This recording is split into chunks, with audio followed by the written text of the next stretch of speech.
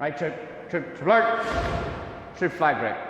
Scouts Night opening ceremony hasn't changed that much over the decades, and the 10th Belfast troop near Ballyhackamore are keen to preserve their history in this their centenary year. Now they've got something special to add to their collection. Troop stand at ease. My dear Lily, I was very glad to get your letter the other day. These are love letters from the trenches, written by this young man, Brian Boyd, who swapped his 10th Belfast Scout uniform for that of a soldier in the British Army. Amidst the carnage and the killing at the Somme, he, like many others around him, found time to write to the loved ones they left behind. In his case, a young woman called Lily.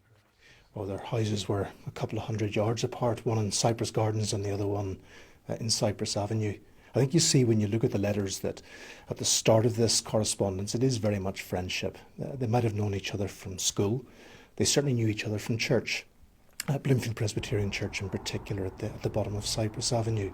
And he's quite graphic in terms of what he writes to her. He talks quite explicitly about the dangers of going out into no man's land, of living with the filth and the hard work. But he also talks about the friendship, the comradeship, and actually the sense of adventure and excitement as well. Clearly that would lead to the hell of the Somme. I was very glad to get your letter the other day. It was funny, I had just written the day before. I won't be able to write after this for a day or so, or perhaps longer. Just one of the many personal letters written from the trenches by Brian Boyd to his sweetheart back in Belfast. It would prove to be his last. He won the military medal for rescuing a wounded officer from the battlefield on the first day of the Somme. And about a year later, at Messines in Belgium, he went over the top carrying his battalion colours and was among the first to fall. Before we went into action, he came to me and asked if he might carry the...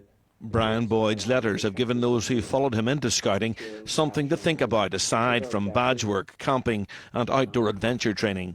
It's good just to see how the relationship between the two of them develops over the letters, and it goes from dear Lily to my dear Lily, and it's just really shocking to think that he died, you know, and it must be devastating for her to move on from that.